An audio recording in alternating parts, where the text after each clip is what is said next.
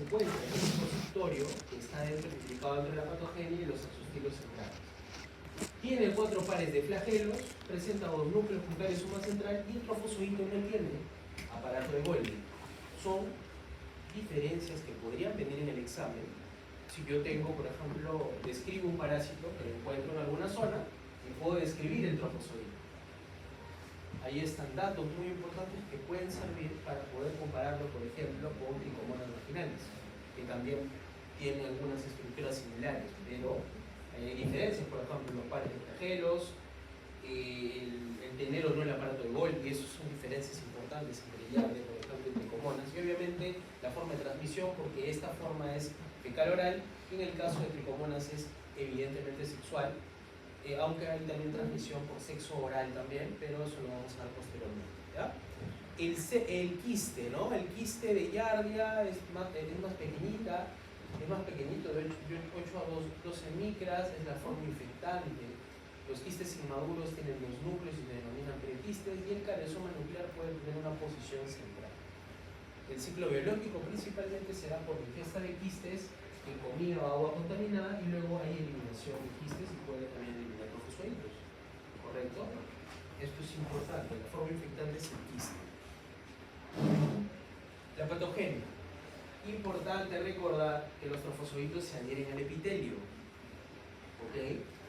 Con esa proteína, calina, glucosa hermanosa y el disco suctorio. ¿Qué van a producir? Al estar en esta zona van a producir inflamación, vienen todas las células inflamatorias y producen enteritis y apoptosis de los enterocitos. Por eso, Giardia que produce diarreas osmóticas, diarreas por malabsorción, esteatorrea, que es una diarrea flotante por el contenido grasoso que tiene. Porque recuerden que en el intestino delgado, ¿cuál es la función del intestino delgado?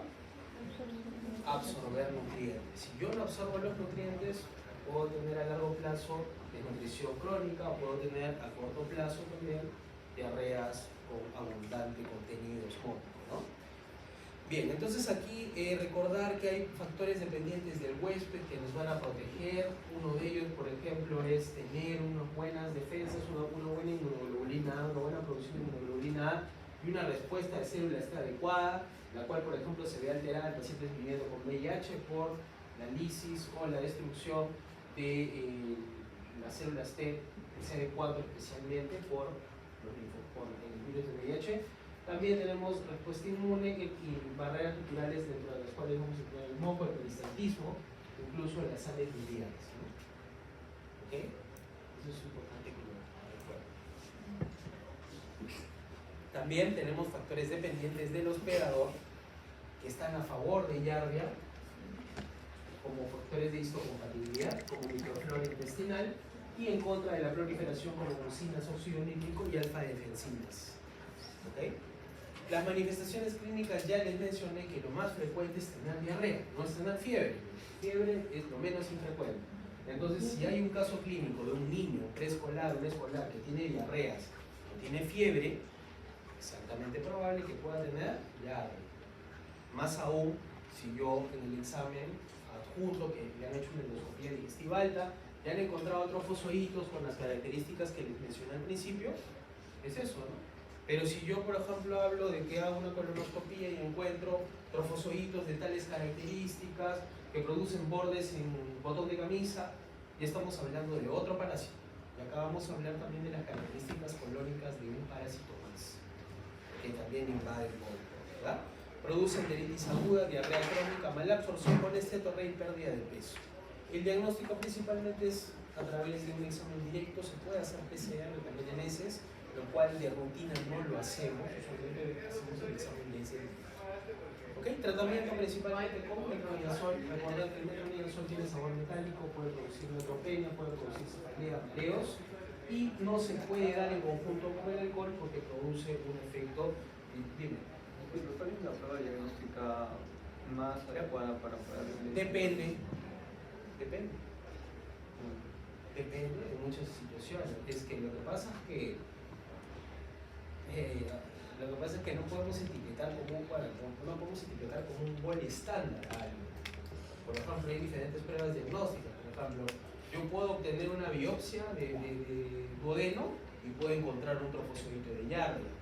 Y eso, por ejemplo, me puede servir más en pacientes que están inmunosuprimidos. En los inmunosuprimidos también puedo ver quistes directos, pero el gol estándar siempre va a terminar siendo un PCR, porque el PCR va a detectar directamente el ADN del parásito o lo que sea que encuentre en la muestra. Por eso estamos hablando de gol estándar.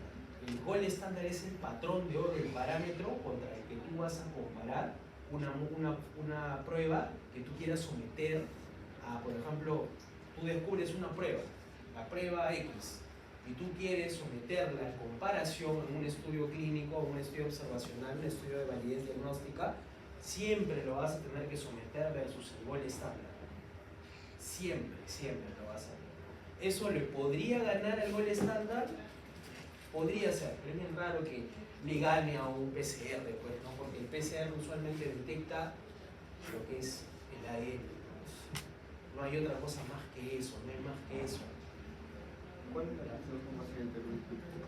La que se usa más en Perú en realidad el diagnóstico es clínico y se puede hacer junto con lo que es el examen directo en heces.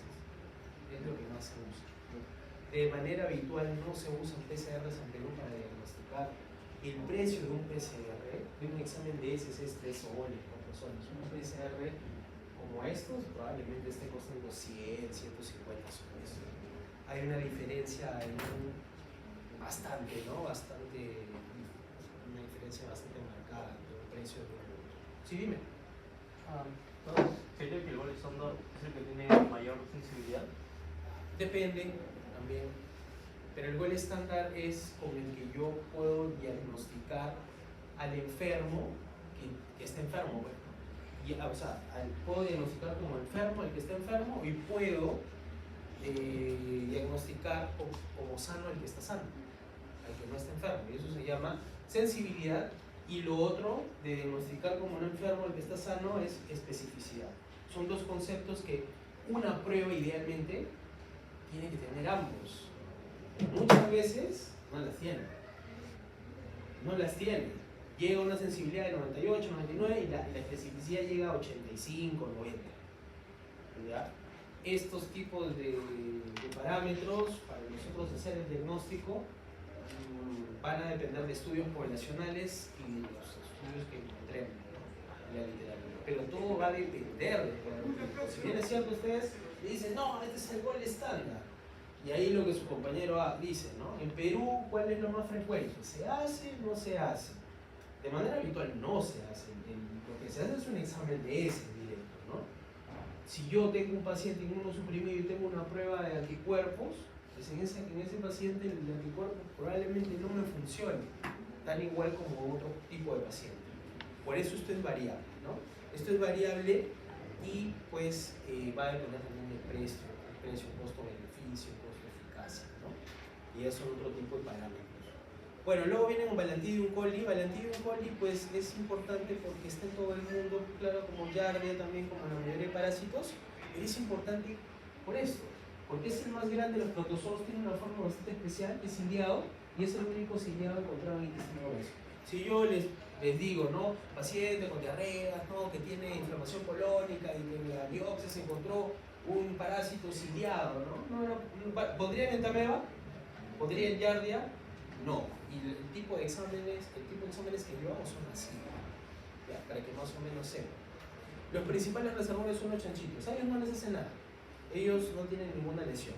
Y por esto es que les digo que son importantes y que son diferentes, ¿no? Porque miren, aparte que son ciliados, tienen un macronúcleo en forma de riñón y un micronúcleo pequeñito. Y van a tener cistostomas, citofaringes y se van a reproducir por fisión binaria y conjugación. En el caso del quiste, va a tener cilios pero internos, 40-60 micras, presenta macronúcleo y micronúcleo. Entonces, si ustedes les dicen, encontramos en las hélices, ¿no?, un quiste que tiene cilios internos, ¿no?, ya saben que van a marcar. Ya saben que van a marcar, si es que en el examen viene así.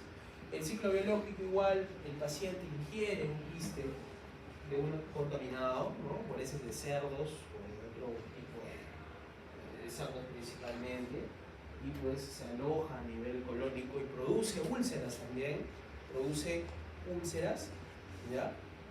En el caso de los cerditos ya les dije que no producen nada. En el caso del ser humano, al estar este trofozoito en este lugar, produce inflamación, ¿no? Produce hialuronidasa que favorece el lisis tisular, y pues también hay otro tipo de factores que predisponen a una lesión también en la zona.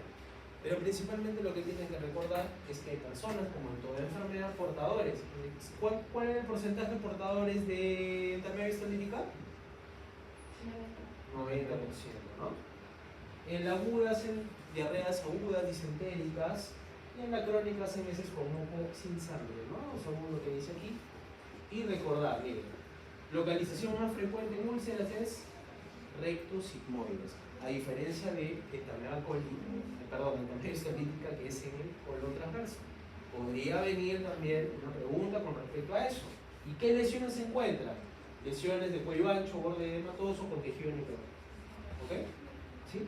Entonces miren las diferencias que se va encontrando en un parásito de no. ¿Verdad? Es la ubicación. ¿Qué? ¿Cómo defines un ciclo monoxénico? Búscalo en tu celular. Y así vamos avanzando y de ahí conversamos, ¿ya? Búscalo para recordarlo. Yo no le voy a preguntar nada de eso monoxénico, del peroxogénico, pero bueno, si quieren hay que aprender y reforzar el concepto ahora, ¿ya? Al final de la clase lo respondemos. El diagnóstico principalmente, ¿ya? Es por muestras de heces, ¿no? Y con rectosigmoidoscopía. Recordar que en esta zona principalmente va a estar este parásito, en el rectosigmoide, ¿ya? Se va a hacer biopsia de lesiones ulcerosas y en cuanto a otros exámenes de otros órganos como el pulmón en caso de sospecha clínica, ¿no? Imágenes o lavado bronquial. Bien, el tratamiento, a diferencia de los anteriores, principalmente es con tetraciclinas, 4 veces al día durante 10 días, y los tratamientos alternativos, por ejemplo, puede ser en el caso de metronidazol. Recuerden, todos los parásitos que hemos visto hasta ahora, el tratamiento ha sido con metronidazol, ¿ok? Ahora nosotros estamos viendo que este parásito se trata con tetraciclina, ¿ya? Entonces ya pasamos al Lativium, ahora vayamos a Blastocystis communis, ¿ya? En el caso de Blastocystis communis no hay o no está establecido su rol patógeno. Es más, no se sabe cuál es la forma infectante, ¿verdad? Lo que sí se sabe es que en las heces de un ser humano puedes encontrar esta forma: vacuolar, granular, ameoidea y quística, entre otras variantes también, pero que tienen como esas 4 principales a las formas evolutivas, ¿no? Miren, tienen la vacuolar, miren esta, ¿no? Una vacuola adentro. Tienen la forma ameoidea, miren, con pseudópodos, miren estos pseudópodos que salen. Tienen una forma granular, cuantos gránulos usualmente corresponden a mitocondrias, y una forma quística, ¿no? Esto principalmente pues es algo bastante teórico, en la parte de microscopía, bastante complicado que lo vean, ¿no? Que lo vean, pero ténganlo en cuenta porque puede venir como pregunta de examen, ¿ya? Acá hay más formas, pero si se dan cuenta, las multivaculares tienen que ver con la forma vacuolar. La prequística tiene que ver con la forma quística, que es la A, y la ameoidea, bueno, ya eso lo hemos mencionado, y la vacuolar, ¿no?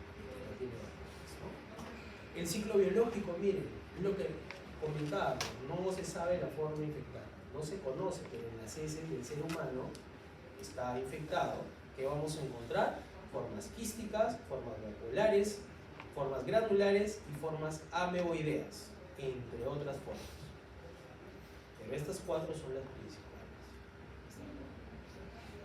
Ahora, se ha encontrado enfermedad en pacientes inmunosuprimidos, por ejemplo, pacientes con cirrosis, hepatitis, diabetes, cánceres, lupus, ¿no? Entre otras enfermedades. ¿Y qué se ha encontrado? Miren, este protozoario no invade la mucosa intestinal, pero la inflama. Esto es muy importante. Es muy importante a comparación de entamoeba histolítica. Entamoeba histolítica, ¿qué hacía? ¿Qué encontrábamos en la anatomía patológica de la amelia histolítica? ¿Qué encontrábamos? ¿Se acuerdan o no?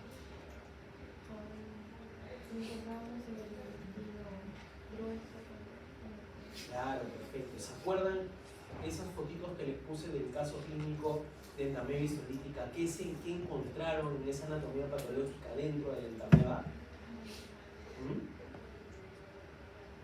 ¿Qué encontraron? ¿No han estudiado? Ya la próxima semana es su paso. Encontraron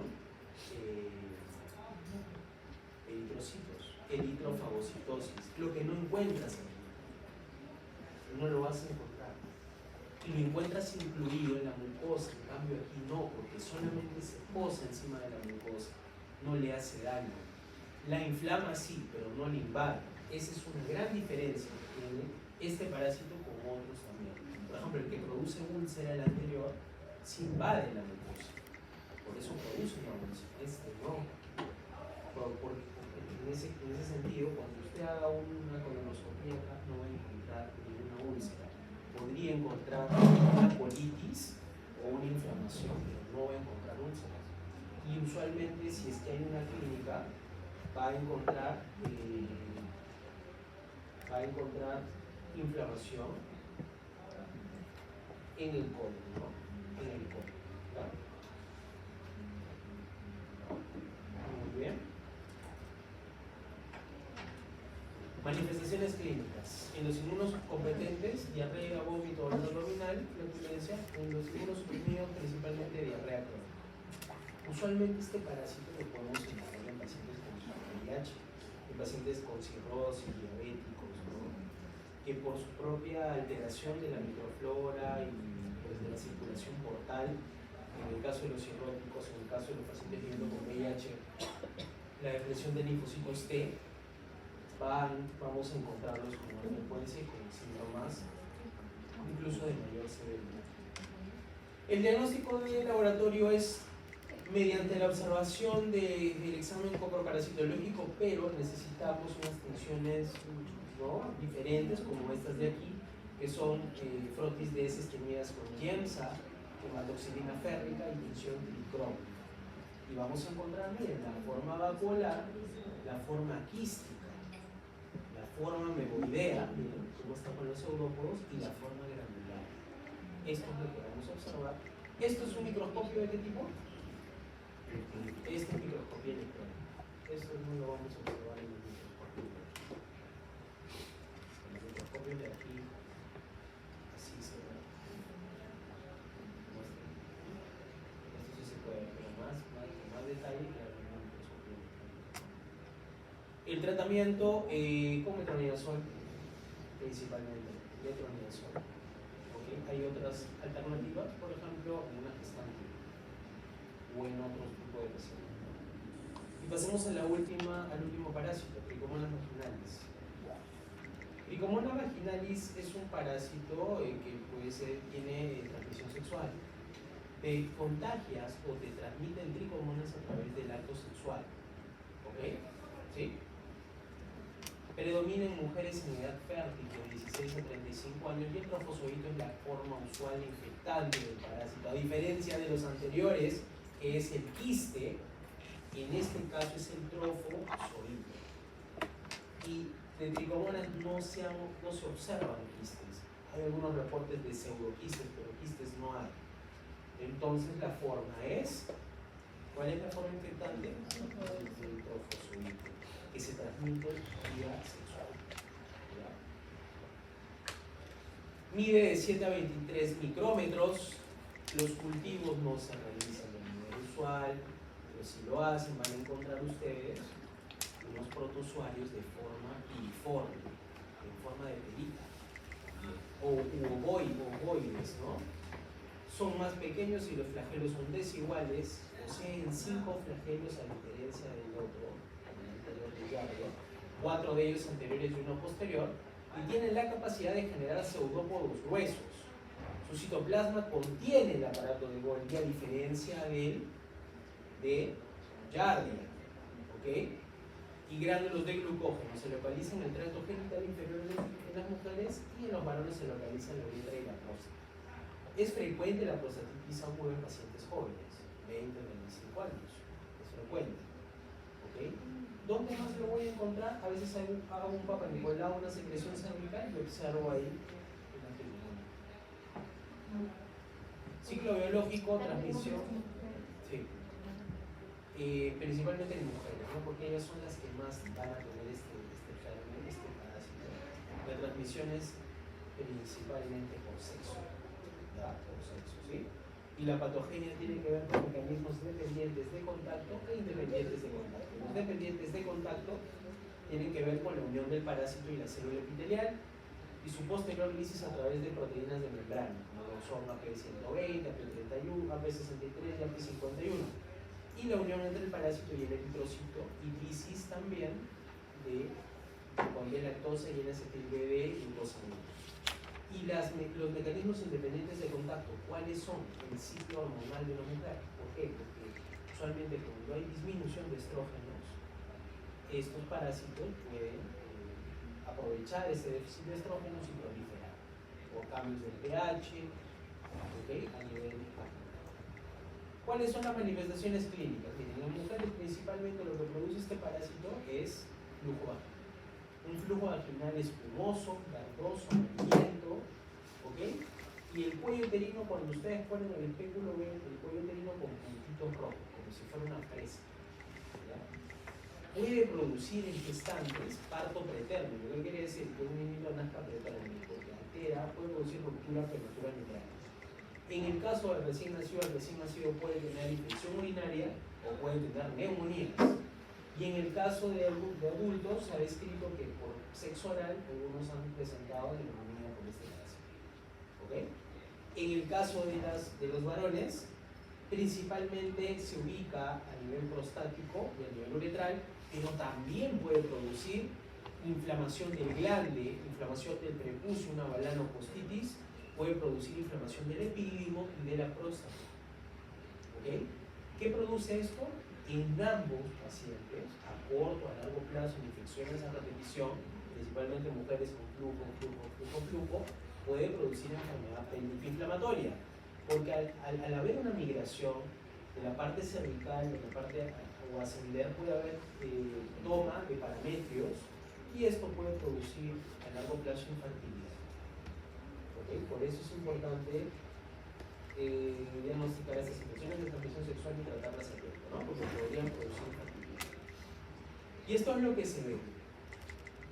Esto es un cuello uterino, usted pone el espéculo, ¿sí? ¿No? Pone el espéculo y ve, esto es el cuello uterino. Este es el cuello y este es el orificio cervical. ¿Ok? Y miren, acá está el cuello del fondo, estas son las paredes de la vagina y esto es el flujo amarillento espumoso, ¿no? Pueden encontrar en la parte de arriba. El diagnóstico principalmente es clínico, se puede hacer un frotis también directo, hay formas, por ejemplo, cultivos, pero no se hacen de manera habitual, es difícil el crecimiento de tricomonas, no es tan fácil, requiere un medio especial.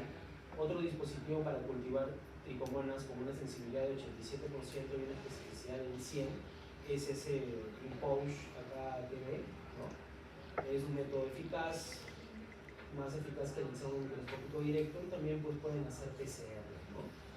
Y técnicas inmunológicas clásicas como un ensayo, un análisis.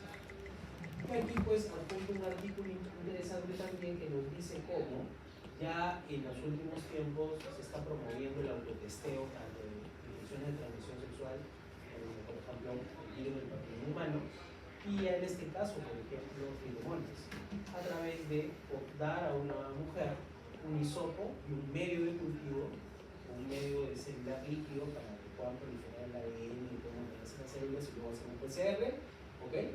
Y las mujeres pueden hacer su autotesteo. Eso es lo que acá en un futuro va a ser lo primordial, el autotesteo, tanto de VIH, de saliva, tanto de otros infecciones como esta, ¿no? Entonces ya poco a poco todo va cambiando, porque a veces no se encuentran pues, centros que realicen estos diagnósticos, o muchas veces no hay acceso a la comunidad y no es fácil autotestear, y dar tratamiento, ¿no? Bien, ¿cómo prevengo la tricomoniasis? ¿Cómo prevengo la tricomoniasis? Si es de transmisión sexual. Uso de preservativo. Uso de preservativo es lo mejor. ¿El tratamiento cómo es? Con metronidazol, vía oral.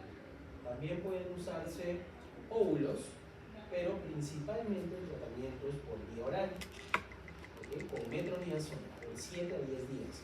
Y si descubrimos que ya hay una enfermedad pélvica inflamatoria, el tratamiento va hasta 14 a 21 días. En este caso, si es la primera vez, el primer cuadro, estamos hablando de un tratamiento de 7 a 10 días. Apliquemos lo aprendido. ¿Cuáles son los factores de virulencia de Giardia? ¿Se acuerdan? Aquí están el disco suctorio y la taglina de glucosa venosa. ¿Okay? Y la otra pregunta es balantidiosis, ¿no? ¿Cómo se previene? ¿Cómo se previene balantidiosis? ¿Cómo se previene la balantidiosis? ¿Cómo se transmite balantidio? Mediante las fecales de Claro, comiendo, ¿no? Algo contaminado con quistes, ¿no? ¿Sí? Entonces, si yo no hiervo el agua es un agua de regadío, todo lo que mis hortalizas, la fruta que yo tenga o coseche, pues va a estar bañada de quistes de diferentes parásitos. ¿Okay? Bien, entonces lavándonos las manos, haciendo hervir el agua, ¿no? Entonces, en resumen, de estos 4 parásitos, ¿quiénes se transmiten de manera fecal? ¿Quiénes son? ¿Cuál es? Giardia, ¿qué más? Balantidium, ¿qué más? ¿Ah? Blastocystis, ¿no? ¿Cuál se transmite de manera sexual? Tricomonas vaginales, muy bien. ¿Cuáles van a alterar el duodeno o el intestino delgado? Principalmente ya. ¿Y el intestino grueso? Muy bien. De todos estos parásitos, ¿cuáles se tratan con metronidazol en el esquema de preferencia? Giardia, balantidium, tricomonas también. ¿Quién se trata con tetraciclinas? Entonces, esos son datos que ustedes tienen que entender. Por ejemplo, si yo les digo que encuentro un quiste ciliado interno, ¿cuál sería el embarazo? ¿Cuál? Claro, entonces miren, los quistes ciliados son de ¿quién? Balantidium. Cilios internos y cilios externos en el trofozoito. ¿Okay? Si yo les digo que encuentro unas úlceras en el recto sigmoide, es más frecuente que sea balantidium. A diferencia, si yo les digo que solo encuentro, por ejemplo, una irritación y encuentro formas quísticas en alveolas baculares y ventriculares. ¿De quién estoy hablando? De blastocystis. Es más, blastocystis no se conoce la forma infectada. Y esto también podría ser en el examen. Lo siguiente es cuál está un verdadero o falso, ¿no? Cuál está el dilema todavía, su rol patogénico y su forma infectante, ¿no? Pues en este caso sería blastocystis, ¿no? Y así van a venir las preguntas. Ya nos han indicado, bueno, está para leérselas. Son 10 preguntas. ¿Okay? ¿Dónde está? Profe, ese día damos examen y nos retiramos. Hay clase. Hay clase, la cuarta. A ver, dice. Ya, se tomará, ¿no? Y se le tomará evaluación 10 preguntas, 7 preguntas abiertas, tipo caso clínico y 3 preguntas cerradas. Eso es lo que va a venir. Yo creo que hemos tocado lo más puntual, ¿no? Creo que les hemos dicho, dado las preguntas. Y pues principalmente van a venir manifestaciones clínicas, en algún caso de repente con una colonoscopia, por ahí una endoscopia alta, si de repente un paciente se observa que tiene un exceso hepático, cosas por ahí, cosas bastante simples, la verdad. Porque ¿qué parásitos han visto? La ameba, ¿no? Histolítica, Balantidium, Trichomonas, ¿qué más? Giardia. O sea, son también, claro, sí. Son parásitos que son básicos, ¿no? ¿Ya? Entonces, ¿alguna duda, pregunta? La próxima semana hay examen. Sí, la próxima semana es el examen. La primera. Va a haber, voy a ver si usualmente en inglés hay una cuarta clase, de la cual también se va a poder preparar. ¿Así? Primero se hace una pequeña teoría, luego se va a lo que es el examen. Usualmente sí se hace así. Que es los clases. O sea, entra de semana 1 a semana 4. Claro, vean el sílabo, vamos a ver acá, vamos a revisar, ¿ya? Vamos a revisar acá. Esto es lo primero que ustedes tienen que ustedes ya saben, ya están en cuarto ciclo, las evaluaciones diagnósticas que vienen, la evaluación continua, aquí dice, desde la 1 hasta la 3, ahí está. Desde la 1 a la 3. 7 preguntas abiertas y 3 acá.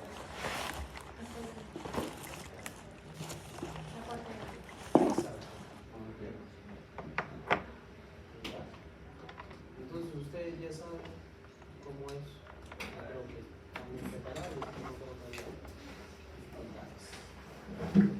Doctor, ¿tomó asistencia? Sí, eso